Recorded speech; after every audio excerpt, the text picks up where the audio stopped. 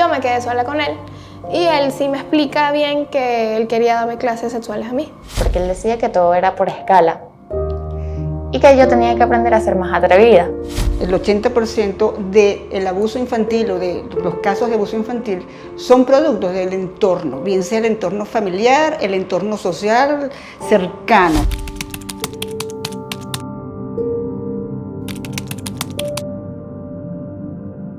Tres niñas fueron víctimas de abuso sexual desde el año 2015 por un hombre llamado Alessandro Puchetti Arias, bajo la aparente complicidad de su pareja Lisette Irene da Silva. Yo soy Carolina Pérez. Como tal, tenía 11 años cuando mi mamá fallece en 2014. Ahí es cuando, en 2015, mi papá, Carlos Pérez, es el que se queda sin trabajo. Y ahí entramos con Irene da Silva, que es la concubina de Alessandro Puchetti. ¿Vale? Ellos, ¿por qué se conocen? Lo que es Irene, porque ella era socia de mi mamá en una peluquería. Ya, ese es el contexto de ellos. Por eso yo llegué a conocer a ellos dos. Y nada, mi papá me dejó a cargo de esa familia. Entonces, nada, Irene se dijo que se iba a hacer cargo de todos mis gastos, pues, como tal. Y bueno, realmente los vi como unos padres. Dos de las víctimas son hermanas y llegaron a la casa de Alessandro y Lisette cuando tenían 9 y 13 años. Llegaron a esta casa por ser amiga y comadres de su mamá. Ella nos cuidaba desde muy pequeños, o sea, prácticamente que desde que nacimos. Y ella empezó a tener un tratado con él para cuidar, hacer su escuela de tareas dirigidas en la casa de él. Y ellos empezaron a convivir ahí. Es ahí cuando yo empiezo a transcurrir más en su casa. Y bueno, teníamos una convivencia normal, o sea, él era un tipo cercano a la familia y yo era por mi tía, o sea, yo le digo tía. ¿Por qué? ¿Por qué ocurre esto?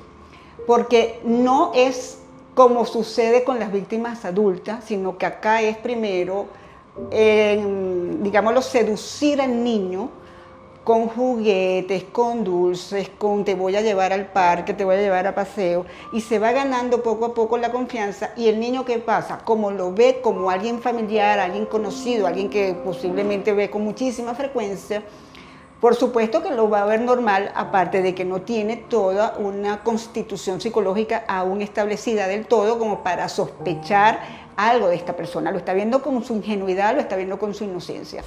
Alessandro les hacía creer que estarían recibiendo clases de educación sexual, una estrategia de manipulación muy común en los depredadores sexuales. Según él, las estaba preparando para la vida y su formación sexual personal. Él nos comentaba a las dos que yo era más pila que Carolina.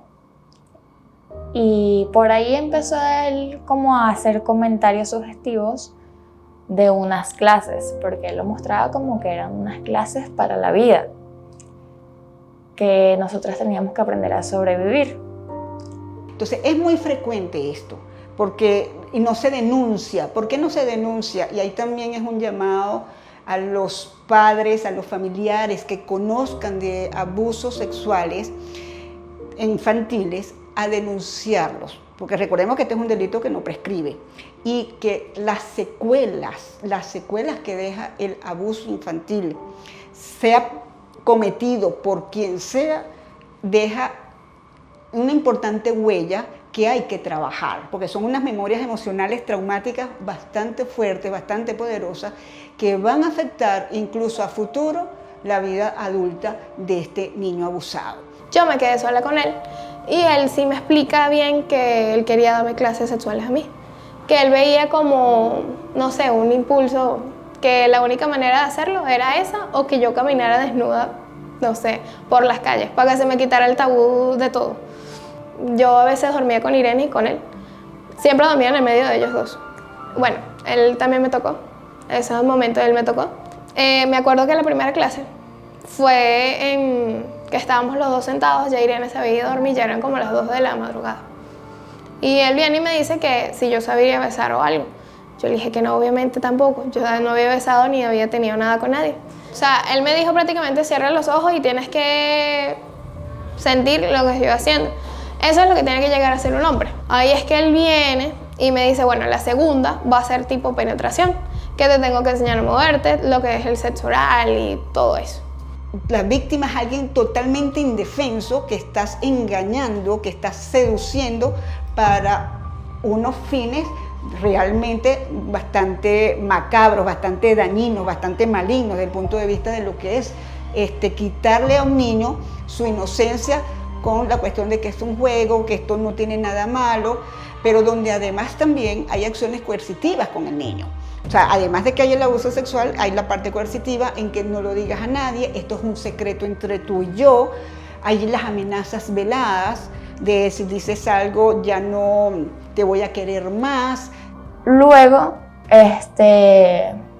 empezaron las clases ya más fuertes, porque él decía que todo era por escala y que yo tenía que aprender a ser más atrevida. Hay que ver si eres capaz de besar a alguien mayor que tú. Yo le decía así como, bueno, no sé, no creo. La prueba de él era hacerlo con él.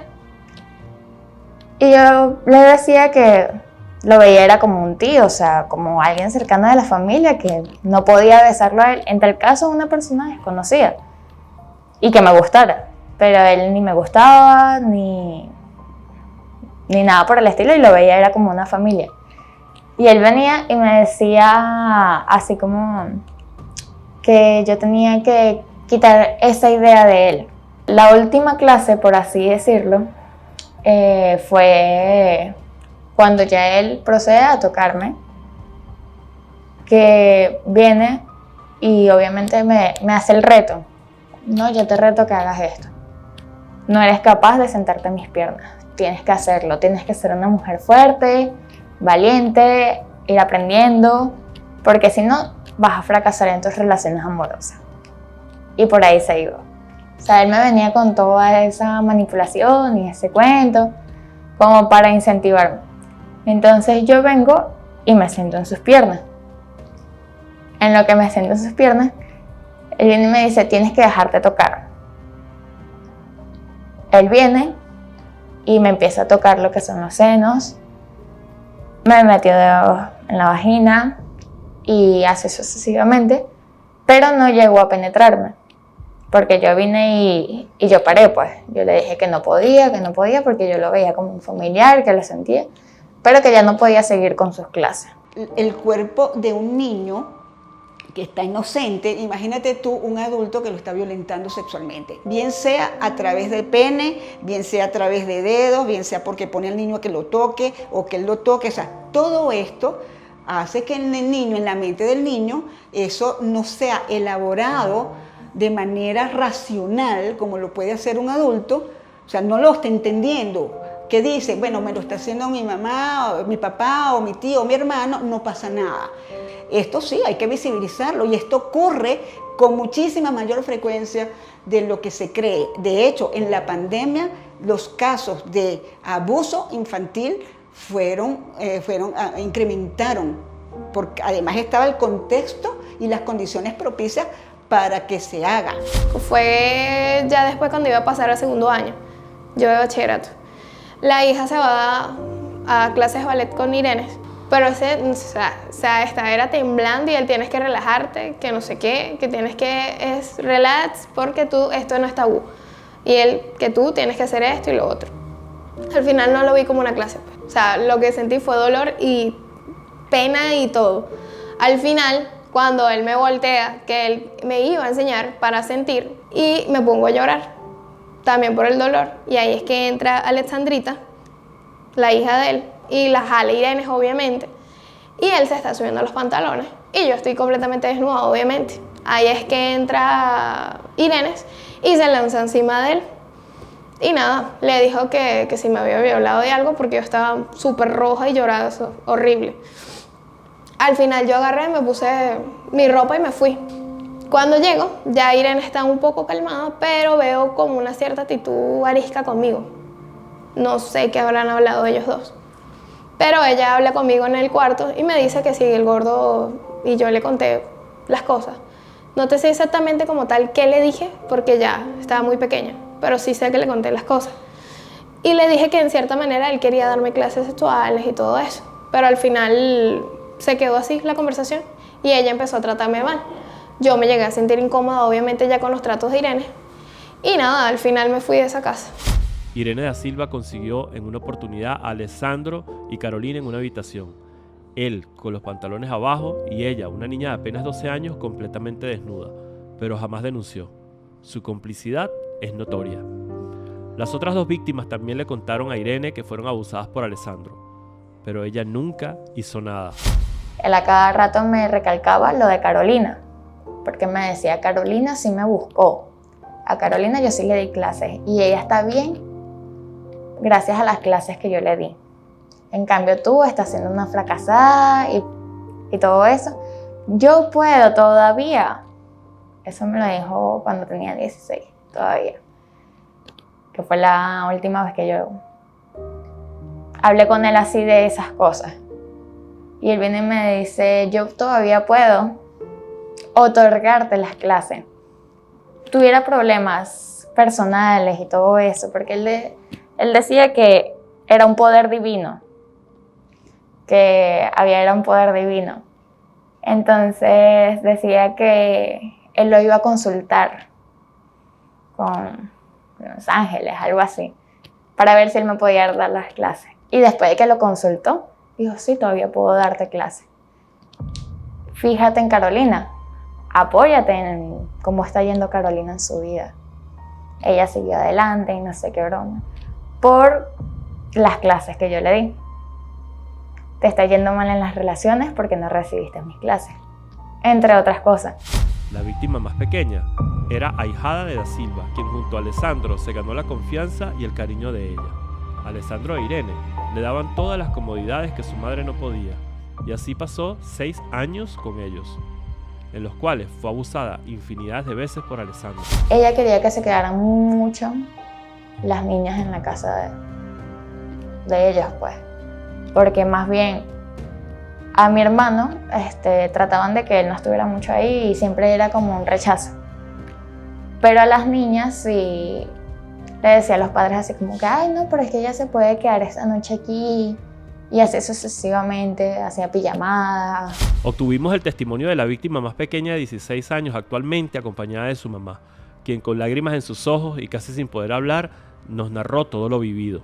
Además, ella nos confesó que tuvo el valor de tener una última conversación con su agresor, donde pudo grabarlo durante 2 horas y dejar en evidencia la manipulación de este hombre. Por querer dar un poquito de amor o algo que no me lo valoran porque soy el malo, porque es que te enseñé algo que te traumé, discúlpame, no lo quise hacer con malas intenciones. De hecho, tú sabes que desde el principio yo no lo disfruté. Y todas las demás mujeres que tú enseñaste, ¿verdad? ¿Por qué me elegiste a mí como para ser tu esposa? ¿Por qué querías formar una relación conmigo? ¿Tú quieres que te diga? Carola le enseñé y hoy en día me lo agradece. ¿Y tú? Porque te quería preparar. Si soy lo peor en tu vida, está bien, no importa. Discúlpame, lo hice con amor. Gordo, yo nada más aceptaba porque cuando yo te decía que no, venías y me empezabas a tratar diferente. ¿Tú sabes por qué lo hacía? El trato diferente. ¿Por qué? Porque te molestaba que te dijera que no. Entonces. Porque me molestaba la falta de la sinceridad, la falta de la confianza. ¿Te acuerdas cuando yo te decía, tú tienes que soltarte, tú tienes que ser, mira, si tienes algo, dilo. Si quieres grita, ¿te acuerdas? Ajá. ¿Te acuerdas que en los últimos días yo te dije, vamos a acostarnos, nos acostamos, y después me paré, y yo te invitaba a hacer la última vez, ¿te acuerdas? Sí. Esa iba a ser mi última. Porque yo empecé a verlo, y yo dije, no, esto es que ya ella no tiene nada por mí. No te tenías tu mente como más abierta. Gordo, yo sigo igual. Estoy hasta mejor. No, sigo igual. ¿Por qué? Y si tú crees Bueno, que es verdad, no sigo igual, Sí, porque sigues ahora no sigo teniendo relaciones contigo y eso es lo que me pone mejor. y eso te cambiaba con algo. Sí, gordo, eso nunca me gustaba. Tu trauma es eso. Tú tienes odio por eso. Supera eso. Y cuando veas que eso fue tu ayuda, nada que tú no me estás grabando, ¿verdad?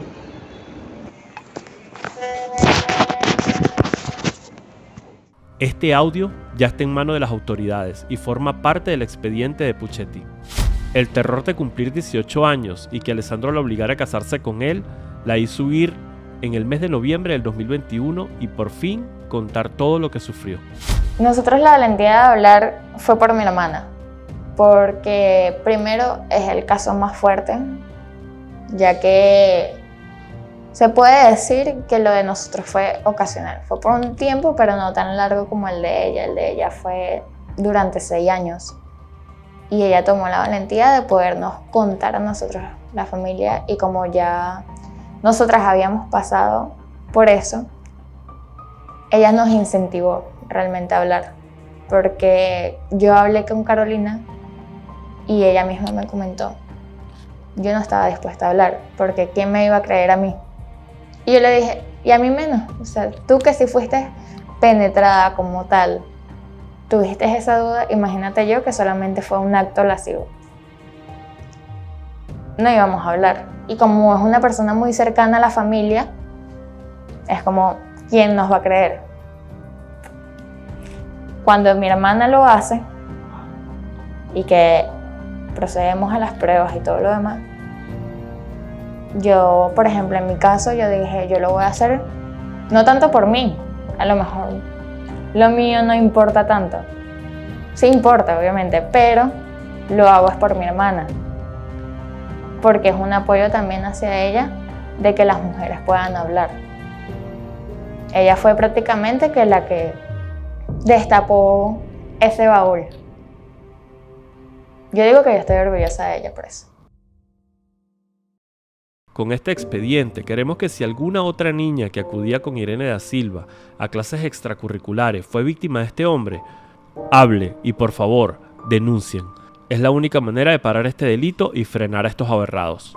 También invitamos a todas las personas que son testigos de descubrir un hecho punible a denunciar. El callarlo los hace parte del delito. Gracias a la psicóloga Siboney Pérez, miembro de la Junta Directiva de Psicólogos Sin Frontera, al escritorio jurídico Quevedo, Peña y Asociados, y a las 3 niñas que confiaron en nosotros para ayudarlas a ser escuchadas.